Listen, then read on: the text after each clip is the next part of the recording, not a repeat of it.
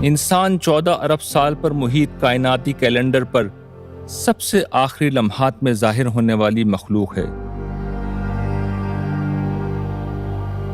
جدید تحقیقات کے مطابق موجودہ انسان کے آثار 3 لاکھ سال پہلے تک ملتے ہیں، جبکہ انسان سے ملتے جلتی مخلوقات کے آثار کئی ملین سال تک پیچھے کی طرف ملتے چلے جاتے ہیں۔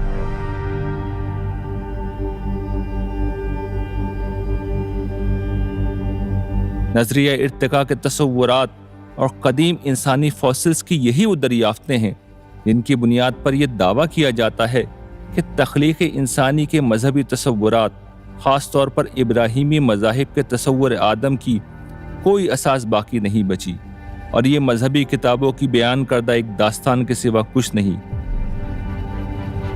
اس سے کہیں آگے بڑھ کر یہ بات کہی جاتی ہے کہ نظریہ ارتقاء نے خدا کے تصور ہی کو ختم کر دیا ہے، مگر کیا واقعتاً ایسا ہی ہے؟ انسان کی کہانی میں انسان کی تخلیق کے مرحلے کو بیان کرتے ہوئے آج ہم اس سوال کا بھی جائزہ لیں گے۔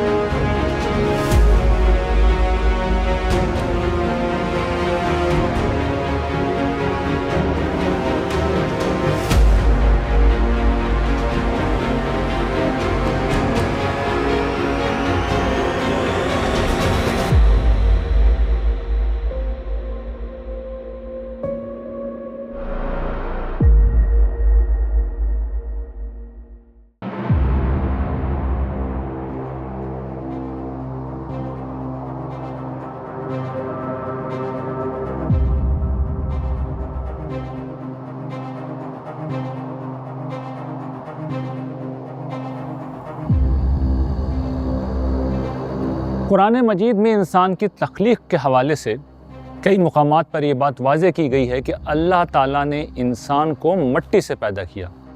اس پر مزید بات کرنے سے پہلے یہ سمجھنا ضروری ہے کہ قرآن مجید اس بات کو بار بار کیوں دہراتا ہے۔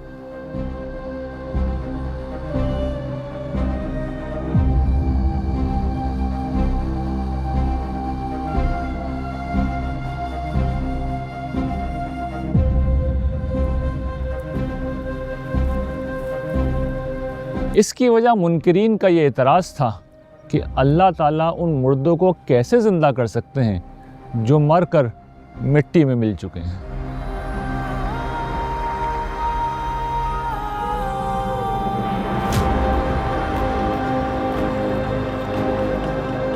یہی وہ اعتراض ہے جس کے جواب میں اللہ تعالیٰ یہ بتاتے ہیں کہ انہوں نے پہلی دفعہ بھی انسانوں کو مٹی ہی سے پیدا کیا تھا۔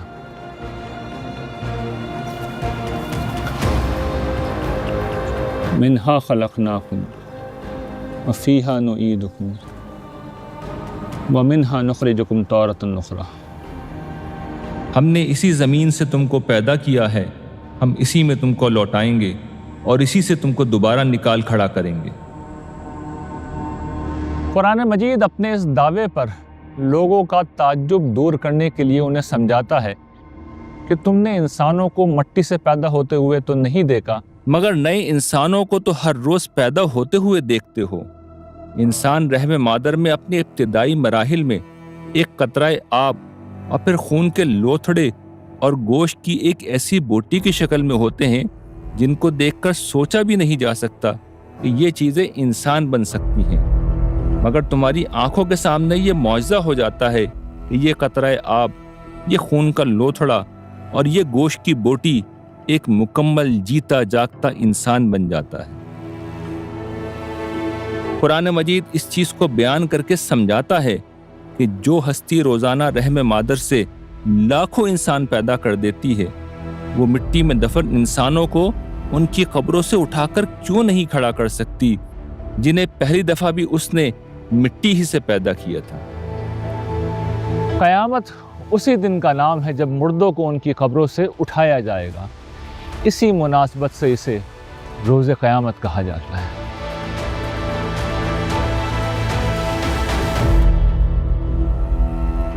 قرآن مجید میں یوں تو کئی مقامات پر انسان کے مٹی سے پیدا کیے جانے کا ذکر ہے، مگر ایک مقام پر واضح کر دیا گیا ہے کہ مٹی سے تو انسان کی تخلیق کا آغاز ہوا، اس کے بعد کئی مراحل سے گزر کر موجودہ انسان وجود میں آیا۔ وہی اللہ ہے جس نے جو چیز بھی بنائی ہے خوب ہی بنائی ہے۔ انسان کی تخلیق کا آغاز اس نے مٹی سے کیا، پھر اس کی نسل حقیر پانی کے خلاصے سے چلائی، پھر اس کے نوک پلک سنوارے اور اس میں اپنی روح میں سے پھونک دیا، اور تمہارے سننے کے لیے کان اور دیکھنے کے لیے آنکھیں اور سمجھنے کے لیے دل بنا دیے۔ تم کم ہی شکر گزار ہوتے ہو۔ عام مذہبی تصورات کے برعکس قرآن کا تصور یہ نہیں کہ اللہ تعالیٰ نے ایک روز مٹی کا ایک پتلا بنایا اور اس میں روح پھونک دی۔ قرآن مجید کے مطابق موجودہ انسان کو 3 مراحل سے گزار کر وجود میں لایا گیا ہے۔ پہلا مرحلہ وہ ہے جس میں انسانوں کو براہ راست مٹی سے پیدا کیا گیا۔ پہلے مرحلے میں تو اللہ تعالیٰ نے انسان کا حیوانی قالب بنایا، اور حیوانی قالب میں ظاہر ہے وہ شخصیت نہیں تھی جو آدم و حوا کو دی گئی۔ دوسرا مرحلہ وہ ہے جس میں انہی انسانوں میں جنسی تعلق کی صلاحیت پیدا کی گئی، اور پھر اسی کے ذریعے سے ان کی نسل آگے بڑھنا شروع ہوئی۔ اللہ تعالیٰ کا جو عمومی قانون ہم دیکھتے ہیں وہ یہ ہے کہ وہ جب بہت لوگوں کو پیدا کرتا ہے تو اس کثیر تعداد میں پیدا کر دیتا ہے کہ ان کی یہ کثرت ہی ان کی حفاظت کا ذریعہ بن جاتی ہے۔ پھر یہ کہ ایسی جگہوں کا انتخاب کر لیتا ہے جہاں ماحول ان کی حفاظت کے لیے کفایت کرتا ہے۔ تیسرا مرحلہ وہ ہے جس میں اس ابتدائی انسان کو جنسی اختلاط کے عمل سے گزار کر جسمانی طور پر بتدریج بہتر بنایا گیا، یہاں تک کہ موجودہ انسان وجود میں آ گیا۔ تو جس پروردگار نے یہ پیدا کیا ہے وہ حفاظت کے لیے بے دس اہتمام کر سکتا ہے۔ آخر جانوروں کے بچے پیدا ہوتے ہیں، جنگلوں میں پیدا ہوتے ہیں، اور بہت سے شکاری جانور ان کا شکار کرنا چاہتے ہیں، لیکن کیا ان کی پیدائش رک گئی ہے؟ وہ شکار بھی ہوتے ہیں اور جیتے بھی رہتے ہیں، بڑے بھی ہوتے ہیں، اور اس کے بعد اس دنیا کے اندر رونق بھی پیدا کرتے ہیں اور اس کی زیبائی کا ذریعہ بھی بنتے ہیں۔ اس کے بعد نفخ روح کا عمل ہوا، جس کے نتیجے میں اس حیوانی وجود میں انسانی شعور پیدا ہوا اور سوچنے سمجھنے کی عقلی صلاحیت نے جنم لیا۔ یہی عقل انسان کا وہ اصل شرف ہے جس کی بنا پر انسان باقی جانداروں پر حکمرانی کرتا ہے۔ کہ اس حیوانی قالب کو بنانے کے بعد، اور جو ظاہر ہے کہ دسیوں لوگ ہو سکتے ہیں جو اس سے پیدا ہوئے ہوں، ایک تصفیے اور تطہیر کے عمل سے گزارا گیا، اور جب وہ ہر لحاظ سے درست ہو گئے تو ان میں سے 2 کا انتخاب کر کے ان کو انسانی شخصیت دی گئی۔ اس میں قرآن نے بتایا ہے کہ ان کو فرشتوں کی نگرانی میں ایک باغ میں رکھا گیا۔ آدم و حوا کے لیے تو یہ خصوصی اہتمام کیا گیا کہ ان کی حفاظت بھی ہو اور وہ اطمینان کے ساتھ آگے اپنی زندگی کی ابتدا کر سکیں، لیکن جب تک ان کی پشت پر جو حیوانی عمل تھا وہ رہا، اس کی کوئی حفاظت کی ضرورت نہیں تھی۔ پیدا بھی ہوتے رہے، دوسرے جانوروں کا شکار بھی ہوتے رہے ہوں گے، کچھ بچ بھی جاتے رہے ہوں گے۔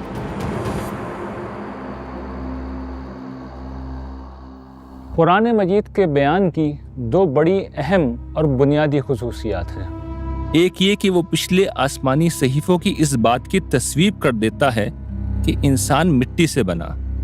دوسری یہ کہ پچھلے الہامی صحیفوں کی بات میں جو انسانی اضافے ہوئے تھے ان کو ہٹا کر وہ ایک ایسی بات سامنے لاتا ہے جو جدید سائنسی دریافتوں کی ایک مختلف لیکن ایسی توجہ کرتی ہے جو ہر اعتبار سے معقول اور قابل قبول ہے۔ اس تاریخ میں بنیادی کردار چرچ کی اس رویے کا رہا جس میں انہوں نے انسانی آزادی اور جدید علمی تحقیقات کا راستہ روکا۔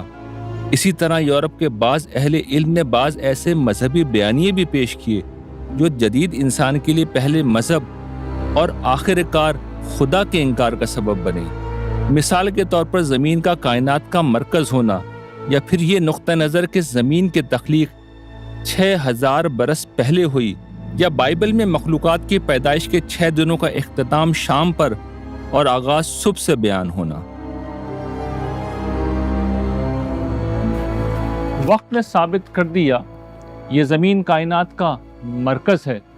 نئی دنیا ہفتے کے صبح و شام والے 6 دنوں میں بنی ہے، اور نہ یہ زمین اور دیگر مخلوقات 6000 سال پہلے ہی وجود میں آئیں۔ مگر یہ اور ان جیسی بہت سی باتیں جب مذہب اور خدا کے نام پر کی گئیں تو جدید انسان کو انکار خدا تک لے گئیں۔ اس کی وجہ یہ ہے کہ خدا کی طرف منسوب کیا جانے والا ایک بھی غلط بیان خدا کی ہستی کو مشتبہ کرنے کے لیے کافی ہے۔ خدا غلطی نہیں کر سکتا، اور جو غلطی کرے وہ خدا نہیں ہو سکتا۔ تاہم جن تصورات کی بنا پر انکار خدا کا ذہن پیدا ہوا وہ خدا کی اپنی بات نہیں بلکہ مذہب میں کیے گئے انسانی اضافے، انسانی فہم یا ترجمے کی غلطیاں تھیں۔ جبکہ قرآن مجید کا کمال یہ ہے کہ یہ ہر طرح کی تبدیلیوں سے محفوظ وہ کتاب الہی ہے جو پچھلے آسمانی صحیفوں پر نگہبان ہے۔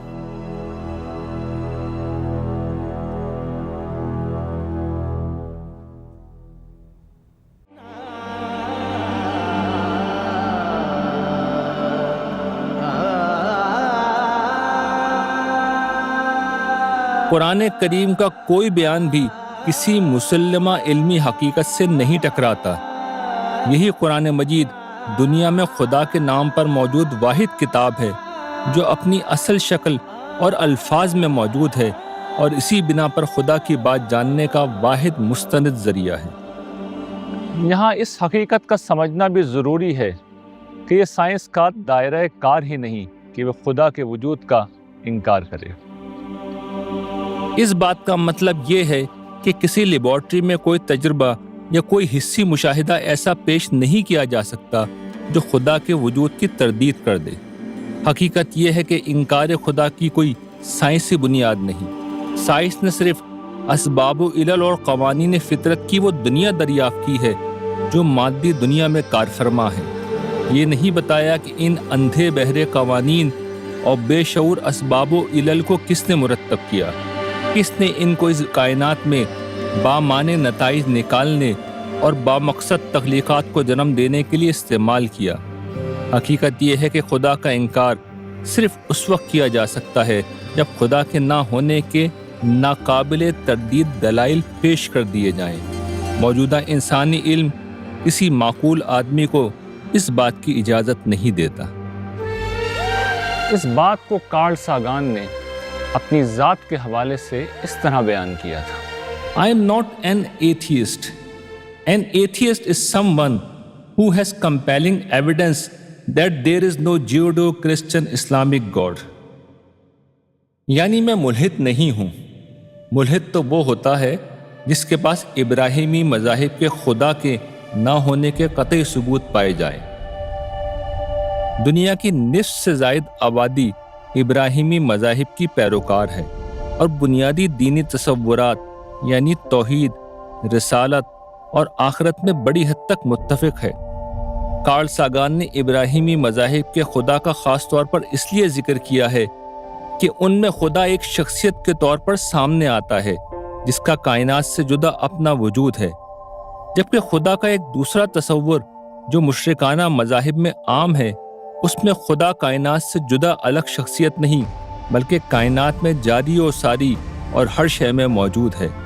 کارل ساگان کے پاس انکار خدا کے مسلمہ علمی دلائل نہ تھے، اس لیے وہ ملحد نہیں بنے، مگر وہ خدا کو مانتے بھی نہیں تھے کیونکہ ان کے خیال میں خدا کے ہونے کے حق میں کوئی ثبوت نہیں پایا جاتا۔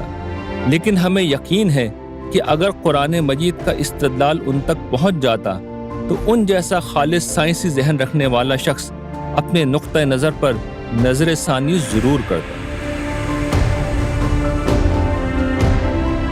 سائنس کو انکار خدا کی وجہ سمجھنا ایک غلطی تھی۔ اس غلطی کا آغاز اس وقت ہوا جب دور جدید کے آغاز پر مغرب میں مذہب کے خلاف رد عمل پیدا ہوا۔ مذہب کو اصولی طور پر رد کر دینے کی راہ میں حیات و کائنات کے حوالے سے دو بنیادی رکاوٹیں حائل تھیں۔ پہلی یہ کہ زندگی کی جو گوناگوں انواع ہمیں کرۂ ارض پر نظر آتی ہیں، خدا کی ہستی ان کی واحد توجیہ تھی۔ یہی خدا منظم قوانین سے آراستہ اس کائنات کے وجود کی بھی تنہا توجیہ ہے جو ہمیں اپنے ارد گرد پھیلی ہوئی نظر آتی ہے۔ یہی وہ پس منظر ہے جس میں گاڈ آف دا گیپس کا تصور ابھرنا شروع ہوا۔ مطلب اس کا یہ تھا کہ خدا کو ماننے کی علمی اساس بس وہیں تک ہے جہاں سائنس کسی مظہر کی توجیہ نہ کر سکے۔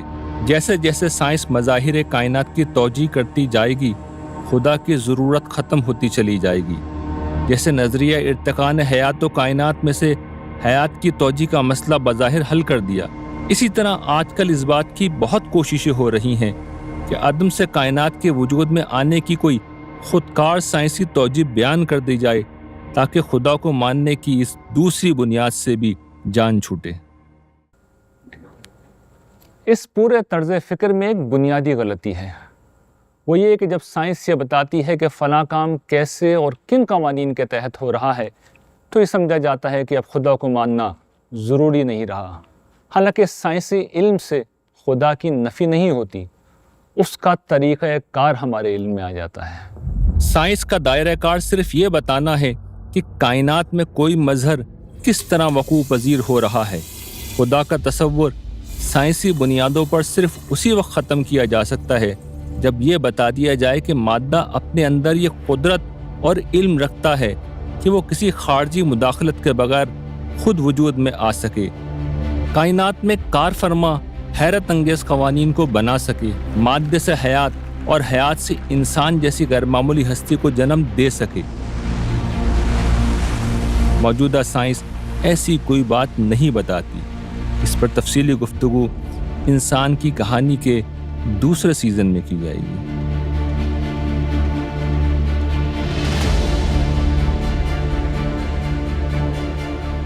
ہمارا خدا گاڈ آف گیپس نہیں، گاڈ آف غیب ہے۔ وہ سب کچھ کرتا ہے مگر خود غیب میں رہتا ہے۔ خدا مادی مشاہدات سے بلند ہے، اسے تو غیب میں رہتے ہوئے عقلی دلائل کی بنیاد ہی پر ماننا ہوگا۔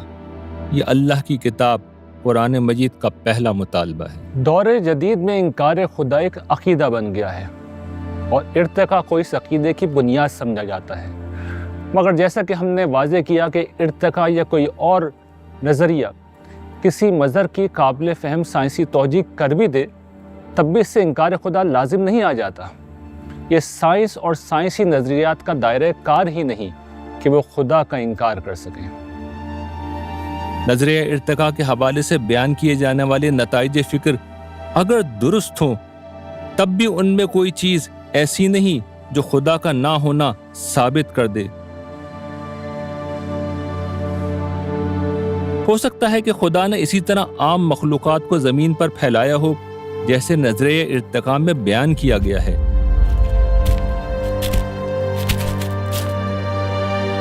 قرآن مجید نہ اس کی تصدیق کرتا ہے نہ تردید، یہ اس کا موضوع ہی نہیں، اس کا موضوع انسان کی ہدایت ہے۔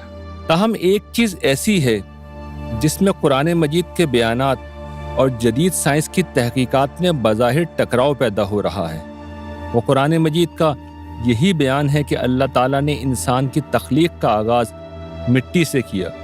دوسری طرف نظریہ ارتقاء کے حاملین کا خیال ہے کہ انسان اور چمپینزی کسی ایک ہی جانور کی ارتقائی شکلیں ہیں، یعنی دونوں ایک ہی اصل سے نکلے ہیں۔ یوں نظریہ ارتقاء کے مطابق انسان کسی بندرنما جانور کی ارتقاء شدہ ایک شکل ہے جو لاکھوں برس میں ماحولیاتی تبدیلیوں کے زیر اثر بدل تو ہوا، نوع انسان کی شکل میں ڈھل گیا۔ یہ کوئی آنکھوں دیکھی حقیقت نہیں بلکہ بعض مشاہدات کی بنیاد پر نکالا گیا ایک نتیجہ ہے۔ ان مشاہدات کی ایک مثال انسان سے ملتے جلتے بہت سے فوسلز اور ڈھانچے ہیں جن کا زمانہ موجودہ انسان کے ظہور سے قبل کا ہے اور جن کے متعلق خیال ہے کہ وہی چمپینزیز وغیرہ کی بھی ابتدائی شکلیں تھیں۔ اس پورے معاملے میں دو چیزیں ہیں جنہیں الگ الگ کر کے دیکھنا چاہیے۔ ایک فوسلز کا ریکارڈ جو ایک مسلمہ حقیقت ہے، دوسرا ایک نتیجہ یعنی انسان جانوروں سے وجود میں آئے ہیں۔ یہ ایک فلسفیانہ نتیجہ ہے جو انسانی فہم ہے، اور چونکہ انسانی فہم ہے اس لیے غلط بھی ہو سکتا ہے۔ ایک اوپینین یہ ہے کہ ارتقاء ہی کے طریقے پر اللہ تعالیٰ نے تخلیق کیا ساری کائنات کو، تو وہ کریشنزم کو ایوولوشن کے ساتھ نتھی کر دیتے ہیں۔ ایک دوسری رائے یہ ہے کہ آدم جو پیدا ہوئے وہ تو مٹی سے پیدا ہوئے، لیکن خود انسان کے اندر ارتقاء ہوا ہے۔ ایسا نہیں ہوا کہ پرانی اسپیشیز سے تبدیل ہوتا ہوتا ڈیولپ ہوتا وہ انسان بن گیا ہو، بلکہ وہ انسان مٹی سے ڈائریکٹ پیدا ہوا اور پھر کچھ مراحل سے گزر کر وہ اس قابل ہوا کہ موجودہ انسان بن جائے۔ یہ ایوولوشن کی جو فاسلز کی ڈسکوریز ہیں ان کو ایکسپلین کرنے کا ایک سلوشن تو بنتا ہے کہ جو نیاندرتھالز تھے یا اس طرح کے دوسرے انسانی اقسام تھیں وہ ایکسپلین ہو جاتی ہیں کہ پہلے شروع میں انسان ہی بنائے گئے لیکن وہ مکمل انسان نہیں تھے، اور پھر ایک اسٹیج پہ آ کر جس کو تسویہ کا نام دیا جاتا ہے، میرے استاد گرامی کی یہ رائے ہے، تو وہ پھر تسویہ کے مراحل میں آ کر پھر آدم اور حوا کو اللہ تعالیٰ نے انسانوں کے لیے چن لیا۔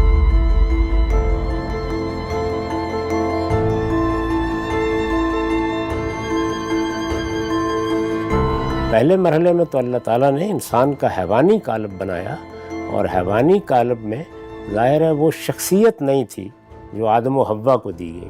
میں نے یہ بتایا ہے کہ اس حیوانی قالب کو بنانے کے بعد، اور جو ظاہر ہے کہ دسیوں لوگ ہو سکتے ہیں جو اس سے پیدا ہوئے ہوں، ایک تسویہ اور تطہیر کے عمل سے گزارا گیا، اور جب وہ ہر لحاظ سے درست ہو گئے تو ان میں سے دو کا انتخاب کر کے ان کو انسانی شخصیت دی گئی۔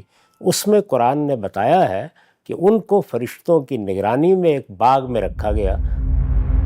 قرآن مجید کا بیان پہلی چیز کے ہرگز خلاف نہیں، بلکہ جس وقت قرآن مجید یہ کہہ رہا ہے کہ ابتدائی انسان مختلف مراحل سے گزر کر موجودہ انسان کی شکل کو پہنچا، تو گویا وہ فاسلز کے اس ریکارڈ کی تائید ہی کر رہا ہے۔ جہاں تک دوسری بات کا تعلق ہے کہ انسان کسی حیوانی نوع سے تبدیل ہو کر وجود میں آنے والا ایک ترقی یافتہ جانور ہے، یہ بات قرآنی بیان کے خلاف ہے، مگر یہ کوئی مسلمہ حقیقت نہیں، محض ایک اندازہ ہے جسے ملحدین ایک مسلمہ حقیقت کے طور پر پیش کرتے ہیں۔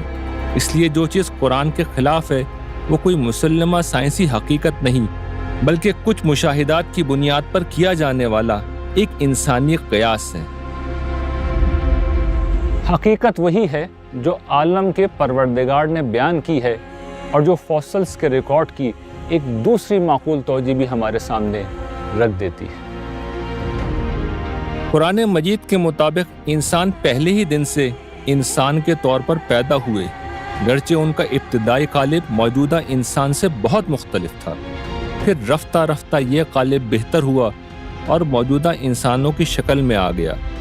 قرآن مجید کے اس بیان کی روشنی میں یہ فاسلز ان ابتدائی انسانوں کے ہیں جو براہ راست مٹی سے پیدا ہو رہے تھے یا بعد میں جنسی ملاپ سے آگے بڑھے، یعنی یہ موجودہ انسان سے پہلے کے انسانوں کے ڈھانچے ہیں۔ انسان کے بندروں جیسی کسی مخلوق سے پیدا ہونے کے حق میں دوسری بات یہ کہی جاتی ہے کہ انسانوں اور چمپینزیز کا جین بے حد قریب اور باہم مشابہ ہے، مگر سوال یہ ہے کہ اس کے لیے جینز پر تحقیقات کی کیا ضرورت ہے؟ انسان کا تو پورا قالب ہی حیوانی ہے۔